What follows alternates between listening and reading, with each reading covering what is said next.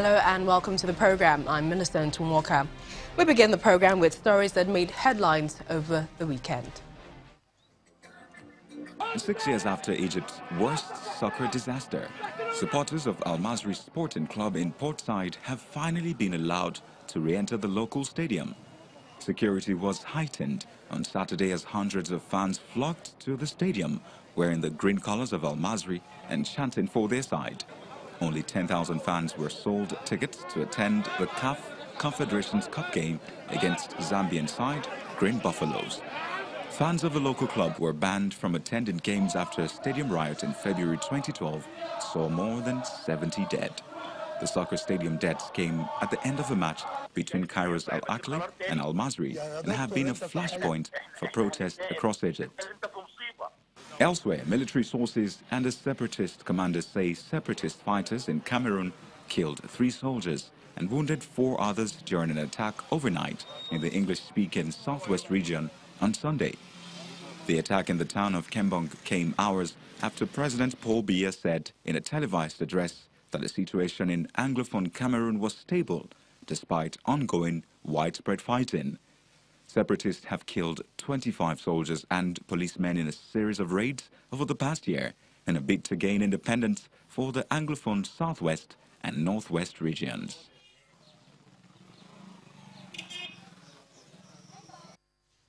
The ANC's top decision-making body, the National Executive Committee, is meeting to finalize the issue of President Zuma's resignation. ANC leaders are gathering on Hilltop near Pretoria to discuss the fate of President Zuma. Local media reports that the African National Congress's leader, Cyril Ramaphosa, and his allies are likely to finalize the issue of President Zuma's resignation. 75-year-old Zuma has resisted increasing pressure to quit since December as he faces a number of corruption charges after 9 years in power. South Africa's ANC leader Cyril Ramaphosa on Sunday announced that the party's executive body will meet today to finalize discussions on the future of President Jacob Zuma, who is under mounting pressure to step down. Speaking at a rally as part of celebrations marking 100 years since the birth of former President Nelson Mandela, Mr. Ramaphosa said President Zuma's exit should be undertaken in an orderly fashion, just as the anti-apartheid icon would have handled it. As the leadership of the African National Congress, we are currently engaged, comrades, in discussions around the transition to a new administration and specifically to resolve the issues of the position of the President of the Republic of South Africa. Comrades, the successful resolution of this matter has great significant consequences for the country and for the African National Congress. It is therefore important that we should manage these discussions that are currently underway with care and purpose, ensuring that we put the interests of South Africa first. The issue that we are seeking to do is to make sure that it is the interest of you, our people, that must be put first and not the interest of anyone else. Mr. Zuma has resisted increasing pressure to quit since December, when Mr. Ramaphosa replaced him as leader of the African National Congress. A National Executive Committee meeting was called off last week following direct talks between Mr. Zuma and Mr. Ramaphosa. This is precisely what is also informing our approach, comrades, as we handle this whole question of the transition. But as you have all heard, the National Executive Committee of the African National Congress will be meeting tomorrow to discuss this very matter. And because our people want this matter to be finalized, the National Executive Committee will be doing precisely that. Local media reports that if the NEC agrees to recall Mr. Zuma, it will be very difficult for him to further resist. The party's National Executive Committee has the power to instruct President Zuma to resign. Well, joining us now from South Africa is our bureau chief there, Betty Dibia. Thank you for joining us, Betty. What are you hearing about the details of the National Executive Committee meeting holding about this time last week? The same meeting was called off. Well, today the meeting started again. It was called a special meeting. We've heard a number of unconfirmed reports of them deciding to recall the president. But, you know, it's one thing to ask him to step down. It's another for him to accept.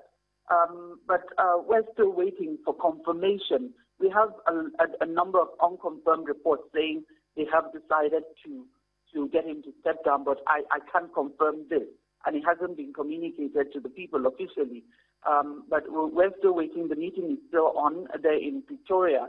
While we were there earlier, it started about 2 p.m. Local time. That's about 1 p.m. Nigerian time. But on the other side, the opposition party members are not even waiting for that outcome. They are now calling for the parliament to convene on an emergency level for the votes to be sped up, because they had the EFF had requested a motion or debate to be held on the 22nd. Now they're asking for that to be brought forward to be held this week. And after that, they're calling for the parliament to be dissolved and early elections to be called. So that's where we are. And they've given the parliament speaker, who is a member of the ANC, up till 10 a.m. to respond to that. If not, they will go to court to get to lodge an urgent application for response to that.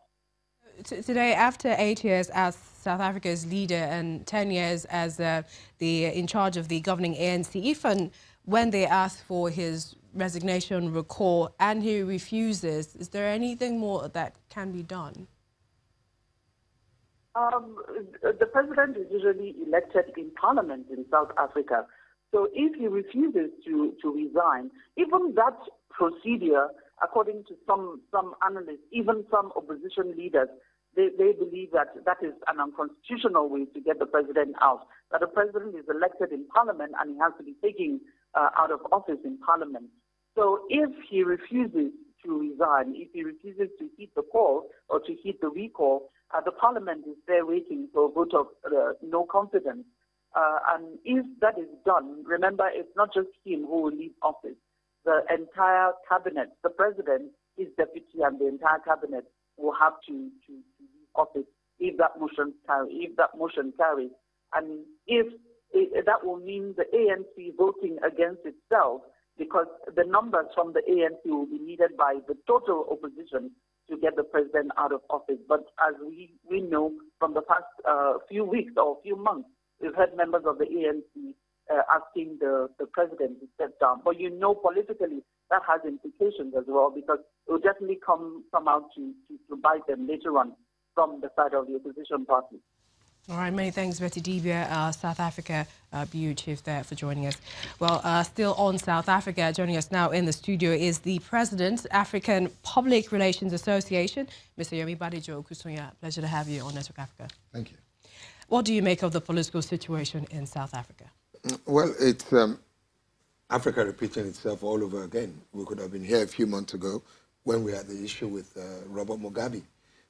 We must learn in Africa as leaders when to quit the stage.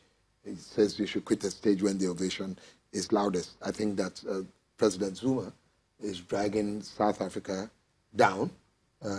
He's elongating the issue, which he can cut short. And don't forget that this all has implication on the economy and other parts of the country. So I believe that he should step down. But some people have said this is one way.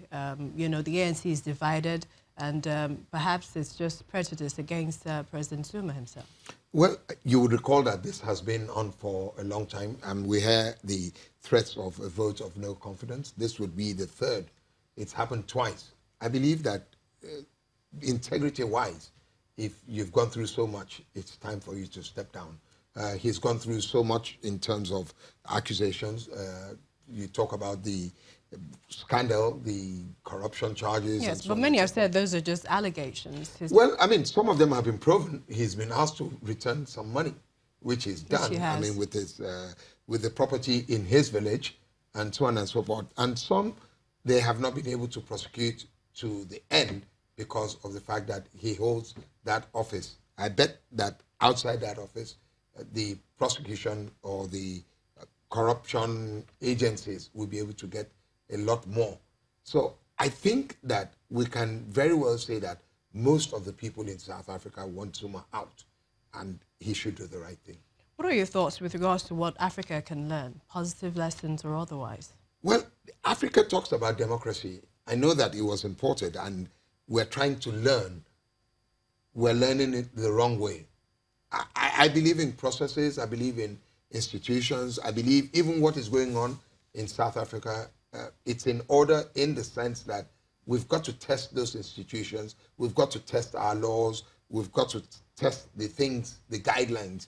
And so in Africa, we must learn to practice democracy the way we have imported it, and which is that the will of the people is supreme, not ours, not the ethnic group we belong to, not the political party or the cabal, as they say around here.